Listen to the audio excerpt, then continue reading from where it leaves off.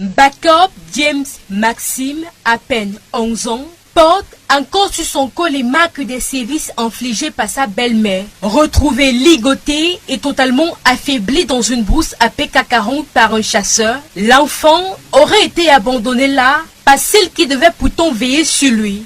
Bonsoir les Jaguars, j'espère que vous allez tous et toutes bien sur ce. Je vous souhaite officiellement la bienvenue sur ce nouveau bulletin d'actualité des buzz. Les amis, j'ai vu cette vidéo sur internet, elle m'a tellement touché au point où je ne pouvais pas la garder seule et je suis dans l'obligation de la partager ici. Alerté, son père, arrivé sur les lieux, l'a d'abord conduit en urgence dans un centre de santé avant qu'il ne soit transféré à l'hôpital de district de Tegal pour une prise en charge médicale appropriée. L'enfant à l'hôpital, je suis arrivé hier à 22h30. Nous sommes entrés. On a trouvé l'enfant. Moi, j'ai coulé les larmes. On a posé la question à l'enfant que qui t'a fait ça? Il m'a dit que c'est maman. Maman m'a tapé, maman m'a taché, maman m'a abandonné au champ.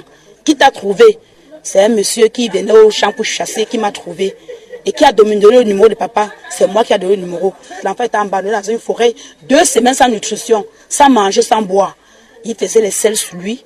De la manière qu'on est venu trouver l'enfant, les blessures partout sur le corps de l'enfant.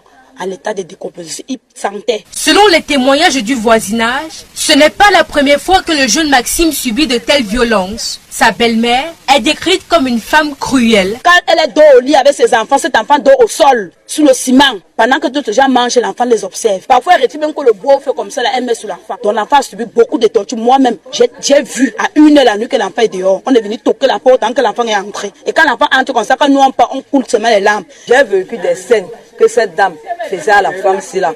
Elle a torturé l'enfant. Elle tape l'enfant, elle perce la tête de l'enfant.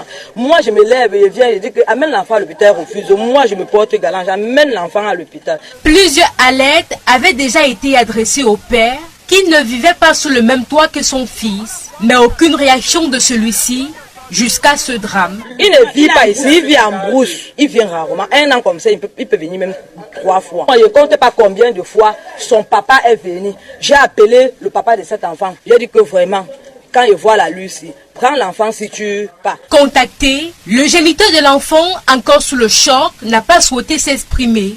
Au quartier, la colère du voisinage gronde.